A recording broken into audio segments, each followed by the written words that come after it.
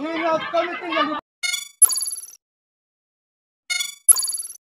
Rumah rakyat Besipa digusur, Front Mahasiswa Nasional Kupang mengecam serta mengatakan harkat dan martabat hewan lebih berharga di mata pemerintah Provinsi NTT.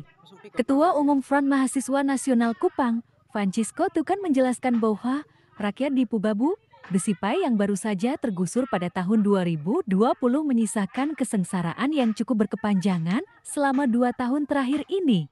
Kesengsaraan tersebut terjadi akibat penggusuran paksa yang tidak melihat sisi moral tentang harkat dan martabat manusia, apalagi dalam kehidupan bernegara yang tentunya negara punya tanggung jawab atas kesejahteraan rakyatnya.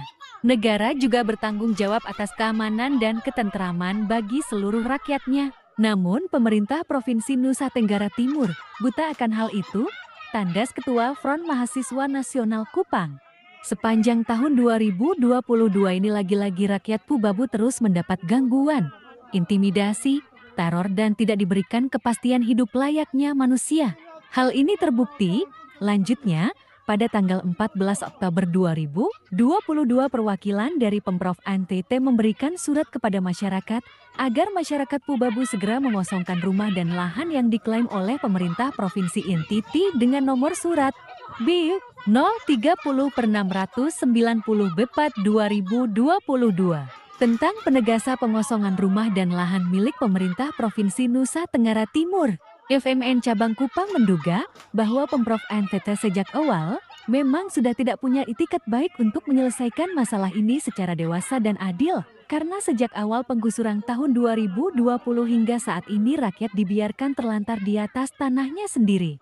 Pada Kamis, 20 Oktober 2022 perwakilan dari Pemprov NTT melalui rombongan Kepala Aset Instalasi Peternakan Besipa, Pal PP, Brimob, anggota Polres Kabupaten TTS beserta alat berat melakukan penggusuran yang kesekian kalinya terhadap rakyat Pubabu, ungkapnya.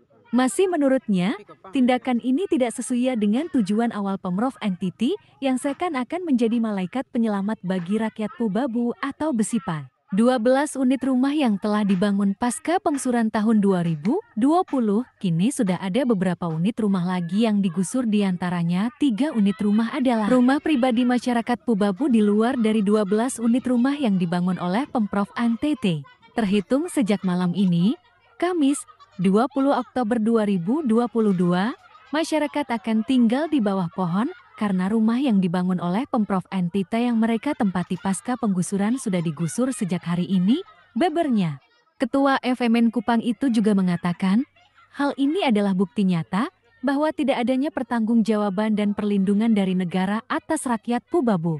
Atas dasar itu juga Front Mahasiswa Nasional Cabang Kupang mengecam tindakan anti rakyat yang dilakukan oleh Pemprov NTT, serta layangkan 5 poin tuntutan ini. Pertama, kembalikan tanah rakyat adat Pubabu.